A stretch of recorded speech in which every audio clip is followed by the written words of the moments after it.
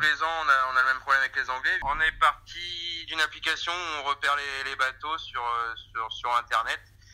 Et on a vu que les bateaux anglais et écossais commençaient à travailler la coquille Saint-Jacques dans une zone que nous on protège, donc qui n'est pas dans les eaux françaises, donc ils ont tout à fait le droit d'être là.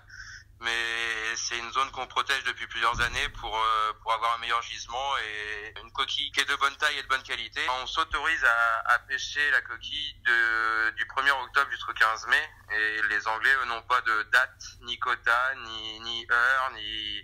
En fait, ils font un pillage des zones que l'on préserve.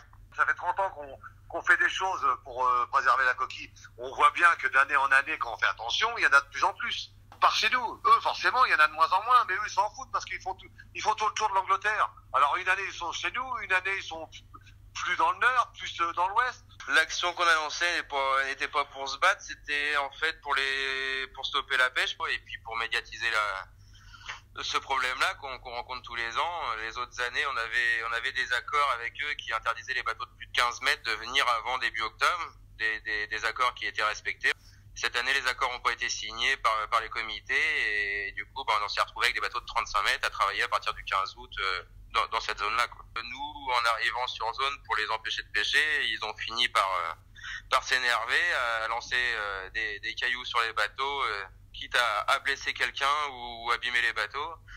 Et ils ont même fini par rentrer, vous avez pu voir sur les vidéos, à rentrer en collision avec deux bateaux qui font même pas 12 mètres et ça aurait pu finir avec des bateaux au fond et des hommes à la mer, quoi. Nous, on les a entourés pour qu'ils s'en aillent, pour les emmener à l'extérieur. Mais comme ils voulaient pas partir, ils nous ont foncé dessus carrément, ouvertement. Les images que c'est les Anglais qui nous rentrent dedans, on les a pas inventées, ces images-là.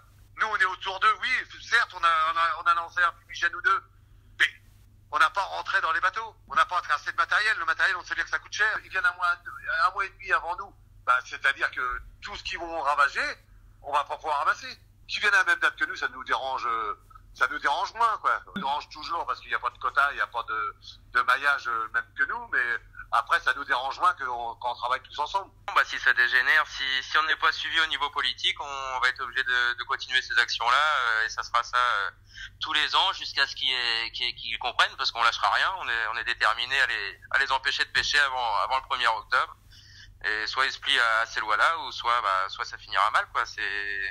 Malheureusement, on n'est pas pour ça. On n'est pas là pour qu'il y ait de la violence ou qu'il y ait des dégâts mais malheureusement, si on n'est pas suivi niveau politique, on fera notre méthode, quoi.